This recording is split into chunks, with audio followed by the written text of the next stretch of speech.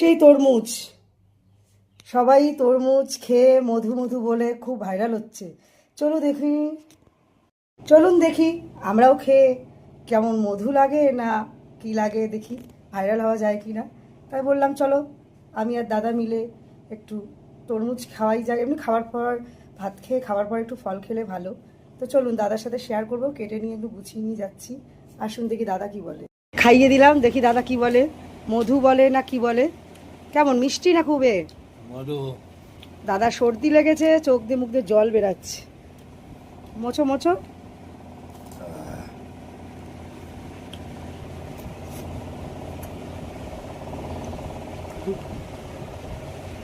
সত্যি মধুর মতো মিষ্টি, একদম মধু। আমিও বলছি একদম মধু। দেখি এবার ভাইরাল হতে পারি কিনা। এতদিন তো ভাইরাল হতে পারলাম না। ভিডিওটা ভালো লাগলে পাশে থাকবেন অবশ্যই।